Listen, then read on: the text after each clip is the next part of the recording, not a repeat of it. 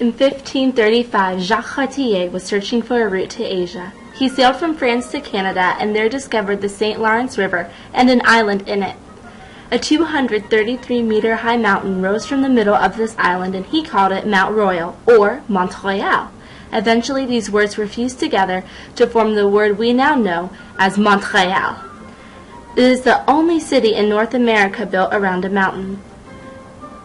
Jacques Cartier hoped to find the way to China from this river, but the passage was blocked by rapids which could not be sailed. These rapids became known as La Chine, or China, because it was thought that that was where they led.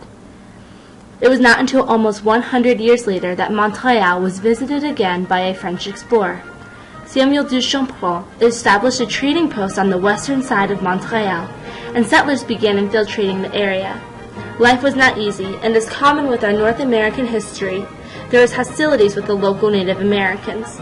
These hostilities lasted for over 60 years until a treaty was signed. French rule of Quebec, the province where Montreal is located, ended in 1763 with the Treaty of Paris when British rule took over. Montreal flourished during this time, and from 1841 to 1849 was declared the capital of Canada.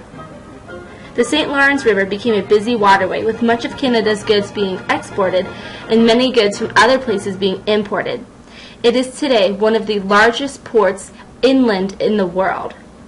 World War I brought hardship for all of Canada and, of course, Montreal.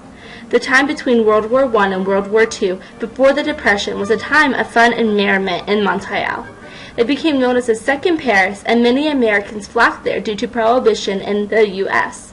This only lasted a short time, as the Depression set in, and shortly after World War II.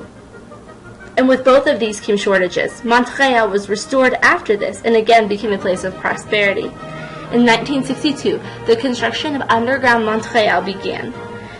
Commenced unintentionally, Underground Montreal now covers 20 square miles and includes 40 banks, 10 metro stations, and over 2,000 stores. This underground city provides a retreat from the harsh Canadian winters. It is now one of Montreal's biggest tourist attractions. Today, Montreal is the second largest French-speaking city in the world and the second largest city in Canada. French is the official language, but not without some tensions and battles in declaring it as such. Montreal is a beautiful place to visit, a taste of Europe and North America, and rich in history.